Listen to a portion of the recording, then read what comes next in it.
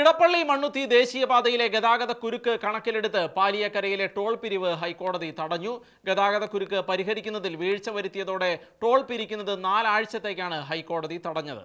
ഇടപ്പള്ളി മണ്ണുത്തി ദേശീയപാതയിലെ അതിരൂക്ഷമായ ഗതാഗത കുരുക്കിന് പരിഹാരം കാണാൻ ദേശീയപാത അതോറിറ്റിക്ക് കഴിയാതെ വന്നതോടെയാണ് ശക്തമായ നടപടി ഹൈക്കോടതി സ്വീകരിച്ചിരിക്കുന്നത്. ജസ്റ്റിസുമാരായ എ മുഹമ്മദ് മുഷ്താഖ്, ഹരിശങ്കർ വി മേനോൻ എന്നിവരുടെ ബെഞ്ചാണ് 4 ആഴ്ചത്തേക്ക് ടോൾ പിരിക്കുന്നത് തടഞ്ഞിരിക്കുന്നത്.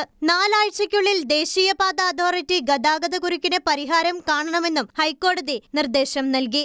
ഏതാനും കിലോമീറ്റർ മാത്രമാണ് ഗതാഗത കുരുക്കുള്ളതെന്നും ഇവിടെ സർവീസ് റോഡിലൂടെ ഗതാഗതം തിരിച്ചുവിട്ടിരിക്കുകയാണെന്നും ദേശീയപാത അതോറിറ്റിക്കായി ഹാജരായ additional solicitor general ARL Sundaresan അറിയിച്ചു. ഗതാഗത കുരുക്ക് പരിഹരിക്കാനുള്ള നടപടികൾ ഉണ്ടാകുന്നുണ്ടെന്ന് സർക്കാരിനായി ഹാജരായ സ്റ്റേറ്റ് അറ്റോർണി N മനോജ് കുമാറും വിശദീകരിച്ചു. എന്നാൽ ഗതാഗത കുരുക്കിന് ഇപ്പോഴും പരിഹാരമായിട്ടില്ലെന്ന് ഹർജിക്കാർ ബോധിപ്പിക്കുകയായിരുന്നു. തൃശൂർ DCC പ്രസിഡന്റ് ജോസഫ് ഡാജറ്റ്, ഷാജി കോടങ്കണ്ടത്ത് തുടങ്ങിയവർ ഫയൽ ചെയ്ത ഹർജികളാണ് ഡിവിഷൻ ബെഞ്ച് പരിഗണിച്ചത്. കരാർ പ്രകാരമുള്ള സൗകര്യങ്ങൾ നൽകാതെ ടോൾ നിരക്ക് വർദ്ധിപ്പിക്കുന്നതിനെ അടക്കമാണ് ഹർജിക്കാർ ചോദ്യം ചെയ്തിരുന്നത്. ഗതാഗത കുരുക്ക് പരിഹരിക്കുന്നത് സംബന്ധിച്ച് ദേശീയപാത അതോറിറ്റി വീഴ്ച വരുത്തിയെന്ന് നേരത്തെയും കോടതി ചൂണ്ടിക്കാട്ടിയിരുന്നു. മുൻപ് കേസ് പരിഗണിച്ചപ്പോൾ ഗതാഗത കുരുക്ക് പരിഹരിക്കാൻ അതോറിറ്റി വീണ്ടും 3 ആഴ്ച സമയം ചോദിച്ചിരുന്നു. ഇതോടെ ഹർജിയിൽ വിധി പറയുമെന്ന് കോടതി വ്യക്തമാക്കുകയായിരുന്നു.